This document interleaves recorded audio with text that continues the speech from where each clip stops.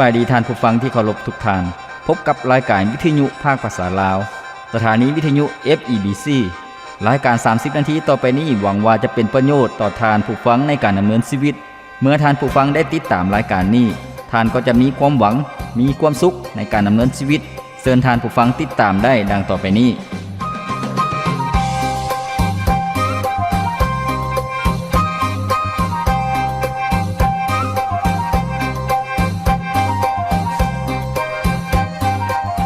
พระคำของพระเจ้าได้กล่าวไว้ว่าข้าแด่พระเจ้าหยาเวห์ความสุขเป็นของผู้ที่นมัสการพระองค์ด้วยเสียงเพลงพวกเขาดำเนินอยู่ในความสว่างแห่งพระเมตตาของพระองค์พระธรรมเพลงสรรเสริญบทที่89ข้อที่15สุขสบายดีพ่อแม่พี่น้องท่านผู้ฟังที่เคารพรักทุกท่านพบกันอีกเช่นเคยกับรายการชีวิตนี้ยังมีความหวังข้าพเจ้าพรประเสริฐผู้ดำเนินรายการยินดีต้อนรับท่านผู้ฟังเข้าสู่รายการของพวกเราซึ่งรายการของพวกเราเป็นรายการที่มีจุดประสงค์เป้าหมายให้กับพี่น้องประชาชนลาวทุกๆท่านได้รับคำตอบในชีวิตรู้จักความหมายของชีวิตและชีวิตก็จะเป็นชีวิตที่มีความหวังเป็นชีวิตที่มีสติปัญญาเป็นชีวิตที่ดำเนินในทางที่ถูกต้องและสันติสุขจะเต็มล้นในชีวิตของท่านผู้ฟังที่เคารพมื้อนี้พวกเราจะเรียนรู้ในหัวข้อใหม่ซึ่งเป็นหัวข้อที่บอกว่าวิธีการเอาชนะความอิจฉาวิธีการเอาชนะความบ่พออกบ่พอใจหรือว่าความน้อยใจนั่นเองท่านผู้ฟังให้พวกเรามาเรียนรู้นำกันเมื่อเว้าถึงชีวิตของคนเฮาก็เป็นเรื่องธรรมดาที่พวกเฮาทุกคนนั้นล้วนแต่มีความรู้สึกความนึกคิดท่านผู้ฟังมีอารมณ์ที่แตกต่างกันไปอารมณ์ความรู้สึกของคนเฮานั้นได้รับผลกระทบจากสิ่งที่เกิดขึ้นภายนอกก็คือว่าหากชีวิตของพวกเฮาดีหากชีวิตของพวกเฮาราบรื่นหากชีวิตของพวกเฮามีความสุขอารมณ์พวกเฮาก็จะดีความรู้สึกนึกคิดของพวกเฮาก็จะดีท่านผู้ฟังแต่กงกันข้ามพวกเฮาจะเห็นเสมอท่านผู้ฟัง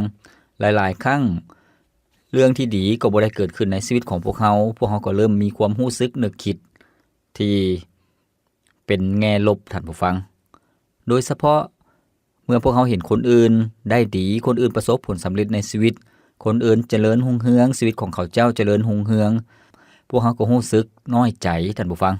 แล้วก็อดบ่ได้ที่จะอิจฉาฉะนั้นเมื่อพวกเฮาเห็นคนอื่นได้ดีทั้งๆที่เบิ่งคือว่าคนนั้นบ่สมควรที่จะมีชีวิตที่ดี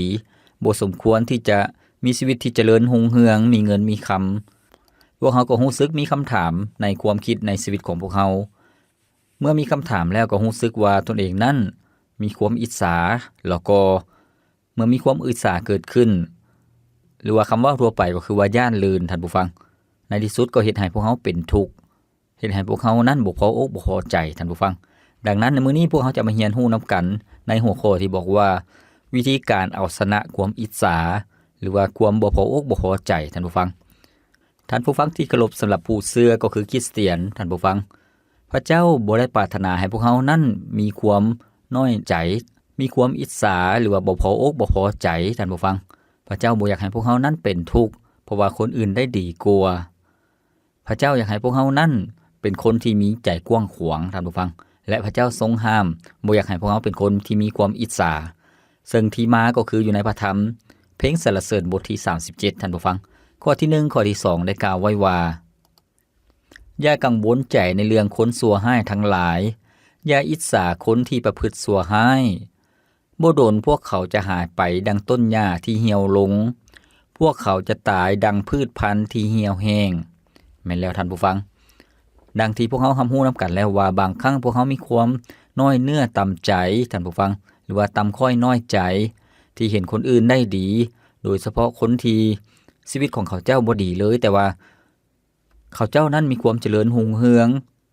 มีความหังมีท่านผู้ฟังพระเจ้าบ่อยากให้พวกเฮาเป็นคนอิจฉาคนเหล่านั้นบางครั้งพวกเฮาก็มีคำถามบางครั้งพวกเฮาก็รู้สึกว่าพวกเฮาคือว่าบ่ได้ดีคือกันกับเขาเจ้าอันนี้ก็คือเฮ็ดให้พวกเฮานั้นบ่พออกบ่พอใจแล้วก็เกิดความอิจฉาแต่พระเจ้าทรงบอกให้พวกเฮาเห็นอยู่ในพระกิตติธรรมคัมภีร์ก็คือว่าอย่าให้พวกเฮานั้นเป็นคนกังวลใจหรือว่าอย่าอิจฉาคนที่ประพฤติชั่วร้ายท่านผู้ฟังเพราะว่าอย่างข้อที่2ได้บอกว่าบ่โดนพวกเขาจะหายไปดังต้นหญ้าที่เหี่ยวลงพวกเขาจะตายดังพืชพันธุ์ที่เหี่ยวแห้ง แม่นแล้วท่านผู้ฟังพระคำของพระเจ้าได้เปรียบเทียบคนสัวห้ายคนอธรรมชีวิตของเขาเจ้านั้นจะบ่ยืนยงชีวิตของเขาเจ้านั้นจะบ่มั่นคงชีวิตของเขาเจ้านั้นจะคือกันกับต้นหญ้าที่เหี่ยวแห้งพืชพันธุ์ที่เหี่ยวแห้งก็คือว่าบ่ดลมันก็จะเหี่ยวแห้งไปหมายถึงชีวิตของคนอธรรมคนสัวห้ายนั้นเป็นชีวิตที่สัวขาวท่านผู้ฟังเป็นชีวิตที่พระเจ้าบ่ได้สนับสนุนเป็นชีวิตที่พระเจ้าบ่ได้รับรองเป็นชีวิตที่พระเจ้าบ่ได้พอใจดังนั้นอย่าให้พวกเฮาเป็นทุกข์เป็นร้อนอย่าให้พวกเฮาอุกอังใจเมื่อเห็นคนอื่นเจริญรุ่งเรืองโดยเฉพาะคนอื่นที่ชีวิตของเขาเจ้าบ่ดีพวกเฮาบ่ต้องอิจฉาท่านผู้ฟังพระเจ้าอยากให้พวกเฮาไว้วางใจในพระองค์ท่านผู้ฟังพระเจ้าอยากให้พวกเฮาไว้วางใจในพระองค์และดำเนินชีวิตอย่างถูกต้องในทางของพระเจ้าท่านผู้ฟังซึ่งพระธรรมเพลงสรรเสริญบทที่37ข้อที่3ได้กล่าวไว้ว่าจงไว้วางใจในพระเจ้ายาเวห์และเฮ็ดดีจงอาศัยอยู่ในดินแดนอย่างปลอดภัยเถิดแม่นแล้วท่านผู้ฟังพระเจ้าอยากให้พวกเฮาไว้วางใจในพระองค์เพราะว่าพระองค์ทรงเป็นผู้ที่ปกปักรักษาชีวิตของพวกเฮาให้ปลอดภัยพระองค์ทรงเป็นพระเจ้าผู้ทรงหังมี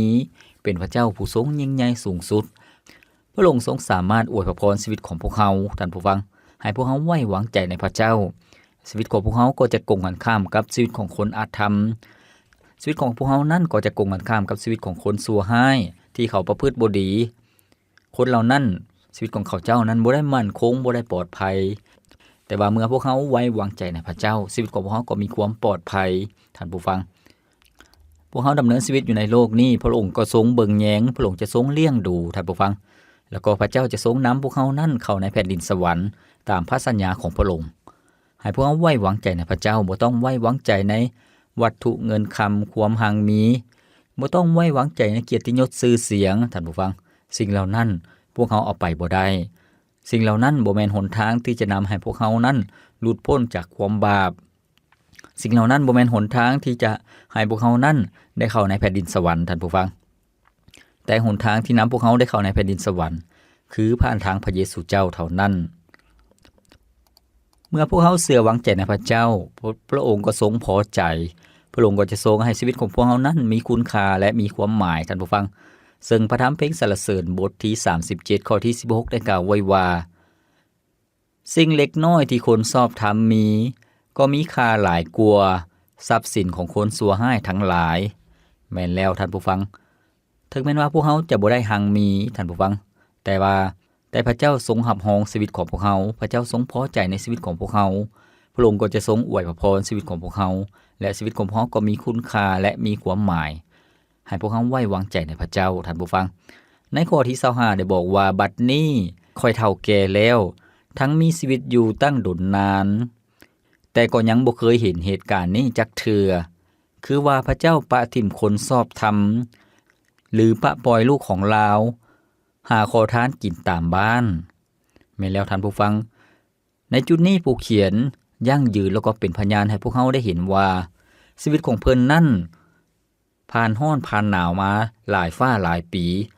ตั้งแต่เกิดมาจนถึงเฒ่าแก่สิ่งที่เพิ่นเห็นก็คือว่าลูกหลานของคนชอบธรรมนั้นพระเจ้าจะทรงเบิ่งแยงพระเจ้าจะทรงอวยพรเพิ่นบ่เห็นลูกหลานของคนชอบธรรมขอทานกินหรือว่าทุกข์ยากลำบากจนถึงขั้นไปขอทานกินตามบ้านเพิ่นบ่เคยเห็นฉะนั้นให้พวกเฮาไว้วางใจในพระเจ้าพระองค์จะทรงเลี้ยงดูชีวิตของพวกเฮาลูกเต้าของพวกเฮาบ่ต้องอิจฉาคนอื่นพวกเฮาบ่ต้องย่านลื่นคนอื่นพวกเฮาบ่ต้องรู้สึกบ่พอใจหรือว่าต่ำค่อยน้อยใจท่านผู้ฟังให้พวกเฮามีความปิติยินดีในพระเจ้าท่านผู้ฟังซึ่งในพระธรรมเพลงสรรเสริญบทที่37ข้อที่4ได้บอกว่าจงซอกหาความสมชื่นยินดีในพระเจ้ายาเวห์ของเจ้าสาพระองค์จะโปรดให้ตามความประสงค์ของเจ้าแม่นแล้วท่านผู้ฟังพระเจ้าบ่อยากให้พวกเฮานั้นเป็นทุกข์เป็นร้อนอุกอังใจโศกเศร้าเสียใจบ่พอใจท่านผู้ฟังแต่พระเจ้าอยากให้พวกเฮานั้นมีความเบิกบานม่วนซื่นมีชีวิตที่มีความสมชื่นยินดีในพระเจ้าเป็นหยังพวกเฮาจึงชื่นชมยินดีในพระเจ้าก็ย้อนว่าชื่อของพวกเฮาถูกจดไว้ในปึ้มแห่งชีวิตอยู่เทิงสวรรค์ของพระเจ้าพวกเฮาได้รับความรอดพ้นจากนรกบึงไฟพวกเฮาได้รับการปลดปล่อยจากอำนาจของบาปกรรมพวกเฮาได้เป็นคนชอบธรรมพวกเฮาได้เป็นประชากรของพระเจ้า พวกเขาได้รู้จักกับพระเจ้าพระผู้สร้างผู้เป็นเจ้าของชีวิตฉะนั้นความชื่นชมยินดีในพระเจ้านั่นเป็นสิ่งที่มั่นคงเป็นสิ่งที่บ่ได้เปลี่ยนแปลงแล้วก็ความชื่นชมยินดีในพระเจ้านั่นยังเป็นกำลังเป็นความหวังให้กับพวกเขาท่านผู้ฟังพวกเขาจะเห็นว่าคนที่ได้ยินข่าวดีคนที่คิดในสิ่งที่ดีก็จะมีความปิติยินดีท่านผู้ฟังคนที่มีความปิติยินดีคนที่มีความเบิกบานมวลซื่นอยู่ตลอดคนนั้นจะมีชีวิตชีวาคนนั้นจะมีกำลังเหือแหงท่านผู้ฟังกงกันข้ามกับคนที่มีความทุกข์โศกเศร้าความบ่พออกบ่พอใจคนนั้นก็จะบ่มีกำลังคนนั้นก็จะบ่มีชีวิตชีวาท่านผู้ฟังที่เคารพมื้อนี้พวกเรากำลังเรียนรู้นำกันในหัวข้อที่บอกว่าวิธีการเอาชนะกับความอิจฉาวิธีการเอาชนะกับความบ่พออกบ่พอใจพวกเราจะเอาชนะแนวใดท่านผู้ฟังพวกเราได้เรียนรู้นำกันแล้ว2ข้อก็คือว่าพระเจ้าบ่อยากให้พวกเราเป็นคนที่อิจฉาคนอื่นพระเจ้าอยากให้พวกเรานั้นมีความไว้วางใจในพระเจ้าอยากให้พวกเรานั้นมีความปิติยินดีในพระองค์ท่านผู้ฟังให้พวกเรามาพักฟังเพลงจากรายการของเราก่อนจึง1เสียงเพลงแล้วพวกเราจะมาพบกันอีกในช่วงต่อไปซึ่งข้อที่3ถึงข้อที่5เป็นวิธีการที่เอาชนะความบ่พอใจท่านผู้ฟังอย่ากังวลอย่าได้ท้อใจหากว่าเมื่อใดประสบทุกข์มาถึงต้องเจ็บต้องซ้ำจนหัวใจเฮาอ่อนล้าอย่านึกกลัวจงมั่นใจพระเยซูคริสต์หักเฮาเท่าใดพระองค์เข้าใจทุกหยดน้ำตาทุกนาทีพระองค์ยังมั่นคงหักเสมอเชื่อได้เลยพระองค์หักจริงใจพระองค์หักเหมือนเดิมเมื่อใดก็เหมือนเดิมหักเฮาเสมอและจะหักตลอดไปพระองค์หักเหมือนเดิมเมื่อใดพบทุกข์ภัยบ่มีวันใดที่จะหยุดหักเฮาในบางครั้งเกิดความท้อใจสับสนข้างในเป็นธรรมดาที่สำคัญพระองค์บ่ลงลืมเฮาจักครั้งพระองค์ยังหักเฮาบันคงเหมือนเดิม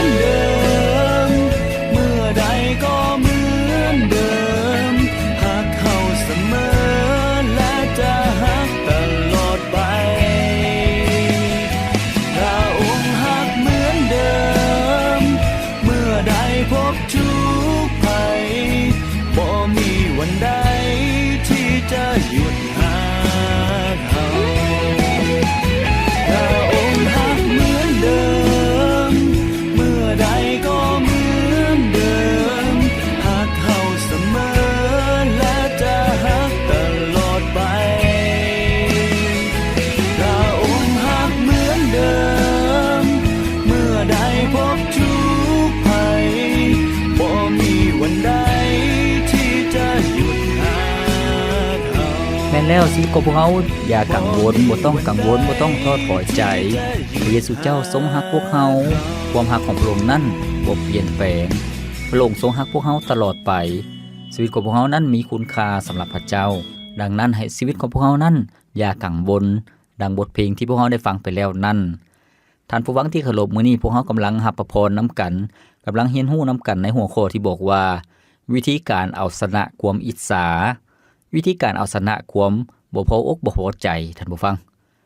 ดังที่พวกเขาได้เรียนรู้นำกันในช่วงที่ผ่านมาก็คือว่าเมื่อชีวิตของพวกเขานั้นเกิดความอิจฉาหรือว่าย่านอื่นคนอื่นที่เขาเจ้าได้ดีพวกเขาก็บ่มีความสุขชีวิตก็มีความโศกเศร้าพวกเขาก็มีความต่ำค่อยน้อยใจหรือว่าน้อยเนื้อต่ำใจท่านผู้ฟังพวกเขาก็ย่านลื่นคนอื่นพระเจ้าบ่ได้ต้องการให้พวกเขานั้นเป็นคนที่อิจฉาคนอื่นหากพวกเขามีความกังวลว่าชีวิตของพวกเขาจะเป็นแนวใด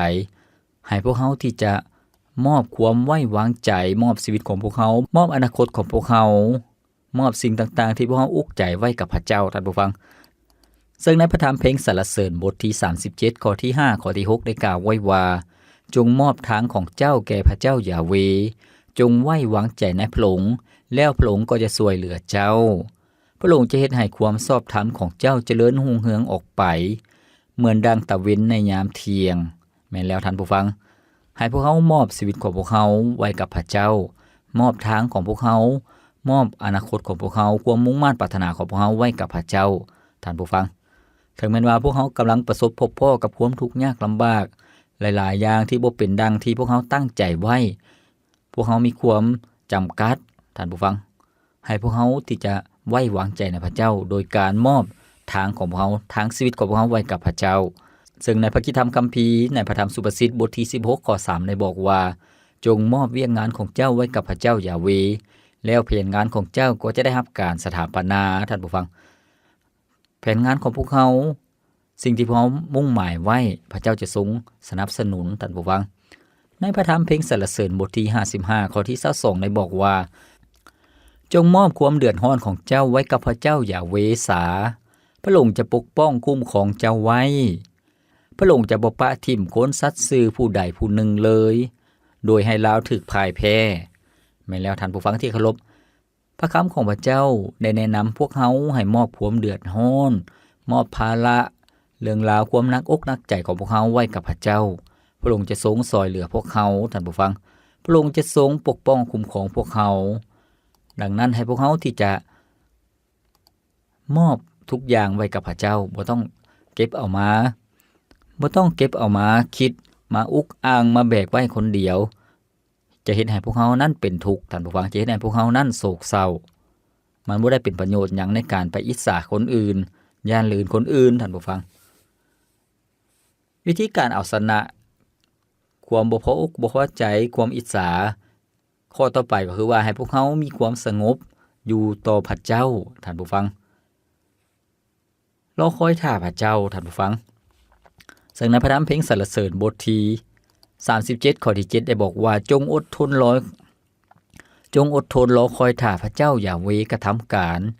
อย่ากังวลน้ำผู้หังมีหรือผู้สำเร็จในทางสัวร้ายท่านผู้ฟังนี่ก็คือพระเจ้าอยากให้พวกเฮานั้นเป็นคนที่มีความอดทนเป็นคนที่มีความอุ่นเอียนทุนเทียงท่านผู้ฟังก็คือว่าบ่ได้ค้อนแค้นบ่ได้วุ่นวายใจหรือว่าเดือดร้อนให้พวกเฮารอคอยท่าพระเจ้าพระองค์จะทรงช่วยพวกเฮาท่านผู้ฟังบ่ต้องไปเบิ่งแต่คนอื่นที่เขาประสบผลสำเร็จให้พวกเฮาที่จะดำเนินชีวิตให้มีความสุขในแต่ละมื้อให้พวกเฮารักพระเจ้าเชื่อฟังพระเจ้าเฮ็ดหน้าที่ของพวกเฮาให้ดีที่สุดแล้วพระเจ้าจะทรงอวยพรพระเจ้าจะทรงสถาปนาพระกิตติธรรมคัมภีร์ได้บอกว่าพระองค์จะทรงสถาปนาหน้าที่เวียกงานของพวกเฮาพระองค์จะทรงจัดเตรียมสิ่งที่พวกเฮาขาดเขินให้พวกเฮานั้นจะบ่ได้ขาดเขินท่านผู้ฟังแล้วก็วิธีการที่พวกเฮาจะเอาชนะความอิจฉาความบ่พออกบ่พอใจข้อต่อไปก็คือว่าให้พวกเฮาหยุดหรือว่าสกัดกั้นความใจร้ายให้พวกเฮาปะทิ่มความใจร้ายซะท่านผู้ฟังซึ่งในพระธรรมเพลงสรรเสริญบทที่37ข้อที่8ได้กล่าวไว้ว่าอย่าจำนนต่อความโหดร้ายหรือความวุ่นวายใจมันนำเจ้าไปสู่ความเดือดร้อนเท่านั้นแม่นแล้วท่านผู้ฟังหากพวกเฮามีความใจร้ายมีความวุ่นวายใจท่านผู้ฟังมีความอุกอ่างใจหรือว่าเดือดร้อนภายในของพวกเฮาต้องปาทิ่มสิ่งเหล่านั้นบ่ต้องปล่อยให้มันที่จะแก่ยาวบ่ต้องปล่อยให้มันที่จะร้ายแรงท่านผู้ฟังความใจร้ายนั้นเป็นสิ่งที่อันตรายความใจร้ายนั้นความวุ่นวายใจนั้นเป็นสิ่งที่อันตรายหากพวกเฮาบ่สามารถควบคุมได้มันก็จะสร้างความเดือดร้อนให้กับชีวิตของพวกเฮา แล้วก็จะสร้างความเดือดร้อนให้กับคนที่อยู่อ้อมข้างท่านผู้ฟังหากพวกเขามีความใจให้ท่านผู้ฟังซึ่งภาษาบ้านเฮาบอกว่าเมื่อพวกเขาศูนย์ก็คือว่าใจให้ควบคุมบ่อยู่พวกเขาก็จะทำให้คนอื่นท่านผู้ฟังบ่ว่าจะเป็นด้านการกระทำบ่ว่าจะเป็นการใช้ความหุนแหงท่านผู้ฟังเฮ็ดให้คนอื่นได้รับบาดเจ็บหรือว่าเฮ็ดให้วัตถุสิ่งของเปเพเสียหายหากพวกเขาบ่ได้ควบคุมความใจให้ความโกรธความโมโหพวกเขาก็จะทำให้คนอื่นด้วยคำเว้าท่านผู้ฟังด้วยท่าทีแล้วก็มีโอกาสสูงหลายที่จะเฮ็ดในสิ่งที่ผิดพลาดท่านผู้ฟังซึ่งจะนำผลเสียมาสู่ชีวิตของพวกเขาแล้วก็จะรู้สึกเสียใจหรือว่ากินแหนงแข้งใจในตอนหลังท่านผู้ฟังและจะรู้สึกเสียใจหรือว่ากินแหนงแข้งใจตามหลังดังนั้นพระคำของพระเจ้าได้แนะนำให้พวกเขาได้ห้ามพวกเขาก็คือว่าอย่าจำนวนต่อความโหดร้ายหรือความวุ่นวายใจหากพระคิดธรรมคัมภีร์บอกว่าอย่าแสดงว่าเป็นข้อห้ามท่านผู้ฟังเมื่อพระคำของพระเจ้าห้ามก็แสดงว่าจะมีผลเสียตามมาความใจให้หรือว่าความวุ่นวายใจก็เกิดมาจากความอิจฉานั่นเองท่านผู้ฟังจะเฮ็ดให้พวกเขานั่นใจให้ในพระธรรมสุภาษิตบทที่19ข้อที่3ได้กล่าวไว้ว่าบางคนเฮ็ดสิ่งโง่เง่าทำร้ายตนเองแล้วเปล่งเสียงกล่าวหาพระเจ้าหย่าเวห์แม่นแล้วท่านผู้ฟังเมื่อพวกเขามีความใจให้มีความโมโหมีความบ่พออกบ่พอใจก็จะเฮ็ดสิ่งที่บ่ถูกต้องเฮ็ดสิ่งที่บ่สมควรท่านผู้ฟังในพระธรรมสุภาษิตบทที่14ข้อที่30ได้กล่าวไว้ว่ามีสันติสุขในจิตใจเฮ็ดให้มีสุขภาพดีแต่มีความอิจฉาพาให้เกิดพยาธิมะเร็งได้แม่นแล้วท่านผู้ฟังพระคัมภีร์ได้บันทึกให้พวกเขาเห็น2อย่างที่ตรงกันข้ามกัน2ด้านที่ตรงกันข้ามกันก็คือว่าหากชีวิตของพวกเขามีสันติสุขมีความปิติยินดีเฮ็ดให้สุขภาพดีใบหน้ายิ้มแย้มแจ่มใสเป็นสิ่งที่ดีท่านผู้ฟังคือกันกับยาบำรุงแต่ว่าผู้ที่มีความอิจฉาท่านผู้ฟังแต่ว่าหากจิตใจมีความอิจฉาก็จะเกิดผลเสียคือกันกับยาพิษพระคัมภีร์บอกว่าแต่ความอิจฉาพาให้เกิดพยาธิมะเร็งได้ดังนั้นให้พวกเขาควบคุมความใจให้ความอิจฉาบ่ต้องใจให้บ่ต้องอิจฉาท่านผู้ฟังเมื่อพวกเขาเป็นคนที่สามารถควบคุมความอิจฉาความใจให้ได้พระเจ้าก็จะทรงอวยพรให้ชีวิตของพวกเขาก็จะเป็นคนที่สุภาพอ่อนโยนแล้วก็เป็นคนที่แสดงความไว้วางใจในพระเจ้าท่านผู้ฟังพวกเขาเชื่อวางใจในพระเจ้าพวกเขาเป็นคนชอบธรรมในพระธรรมเพลงสรรเสริญบทที่37ข้อที่10ถึง11ได้กล่าวไว้ว่าข้อที่10ถึงข้อที่11ได้กล่าวไว้ว่าอีกบ่ดนคนสัวให้จะดับสูญไปเจ้าอาจซอกหาพวกเขาแต่ก็จะบ่พบแต่ผู้ถ่อมตัวจะได้รับดินแดนเป็นมรดกทั้งซื่นใจยินดีกับความหังมีและสันติสุขด้วยแม่นแล้วท่านผู้ฟังพระคำของพระเจ้าได้บอกคำตอบสำหรับชีวิตของพวกเขาได้บอกทางออกก็คือว่าผลสุดท้ายก็คืออีกบ่ดนคนสัวให้คนอาธรรมเขาเจ้าก็จะดับสูญไปหมายถึงชีวิตของเขาเจ้านั้นบ่มีหลักประกันที่มั่นคงที่ปลอดภัยบ่ได้มีหลักประกันที่แน่นอนก็คือว่าเขาเจ้าจะถูกตัดสินลงโทษตกนรกบึงไฟชีวิตของเขาเจ้านั้นก็จะบ่มีความหมายแม้แต่ในโลกนี้แล้วก็จากโลกนี้ไปแต่ว่าบรรดาผู้ที่เชื่อวางใจในพระเจ้าเป็นคนชอบธรรมแล้วก็เป็นคนที่เพิ่งพาพระเจ้ายำเกรงพระเจ้าพระคัมภีร์ได้กล่าวถึงเมื่อพวกเขาเชื่อฟังพระเจ้าพวกเขาก็จะเป็นคนที่ถ่อมตัวท่านผู้ฟังและพระเจ้าทรงสัญญาว่าบรรดาคนถ่อมตัวจะได้รับดินแดนเป็นมรดกทั้งชื่นชมยินดีในความหังมีและสันติสุขด้วยหมายถึงพระเจ้าจะทรงอวยพระพรพระเจ้าจะทรงสนับสนุนให้พวกเขานั้นเป็นคนที่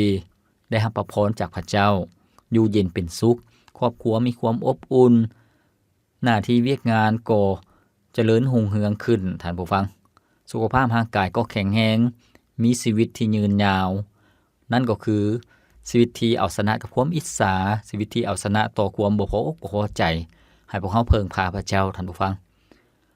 ที่เคารพเมื่อพวกเขาฟังมาฮอดนี้หวังว่าท่านผู้ฟังหลายๆท่านจะได้รับแง่คิดและสามารถเอาไปประยุกต์ใช้ในชีวิตของท่านผู้ฟังได้มื้อต่อไปพวกเขาจะเรียนรู้ในหัวข้อใหม่ท่านผู้ฟังซึ่งเป็นหัวข้อที่บอกว่าสิ่งใหม่ๆพวกเขาจะเรียนรู้นำกันสำหรับมื้อนี้ รายการของพวกเราดำเนินมาฮอดนี้ก็สิ้นสุดเพียงเท่านี้ข้าพเจ้าพรประเสริฐผู้ดำเนินรายการขอกล่าวคำว่าขอพระเจ้าอวยพรท่านผู้ฟังทุกท่านพบกันใหม่ในมื้อต่อไปสบายดีความฮักของแม่เป็นฮักที่ยิ่งใหญ่ฮักที่บ่มีเงื่อนไขหมดใจทำเพื่อลูกความฮักของพ่อบ่มีวันหมดสิ้นฟ้าดินใดจะเปรียบเหมือนความฮักของคนนี้ที่เฮาเอิ้นพ่อแม่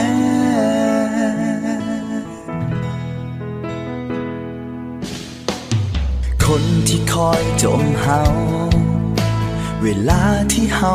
นั้นเอาแต่ใจเป็นคนเดียวกันที่คอยให้ความห่วงใยในวันที่เฮาอ่อนแอคนที่คอยบอกเฮาเวลาที่เฮาทำผิดพลาดไปเป็นคนเดียวกันที่คอยให้กำลังใจในวันที่เฮาหมดแรง จากวันนั้นจนมาถึงวันนี้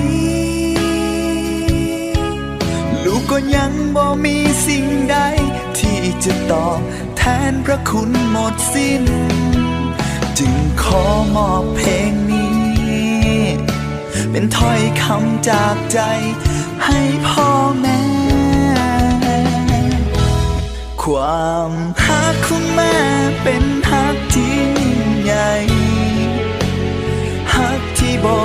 มีเงื่อนไขหมดใจทำเพื่อลูกความฮักของพ่อบ่มีวันหมดสิ้นฟ้าดินใดจะเปรียบเหมือนความฮักของคนนี้ที่เฮาเอิ้นพ่อแม่อธิษฐานขอพระเจ้าคุ้มครองอวยพรพ่อแม่นั้นสุขภาพดี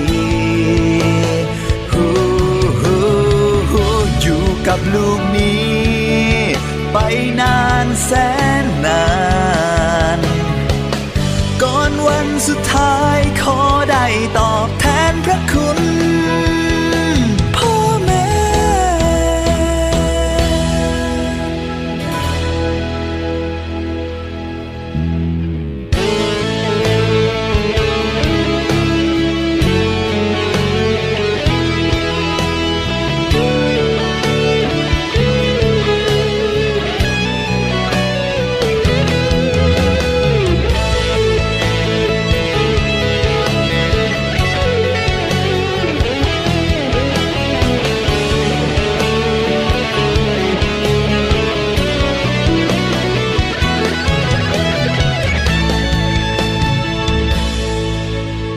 จากวันนั้นจนมาถึงวันนี้ลูกก็ยังบ่มีสิ่งใดที่จะตอบแทนพระคุณหมดสิ้นจึงขอมอบเพลงนี้เป็นถ้อยคำจากใจให้พ่อแม่ความฮักของแม่เป็น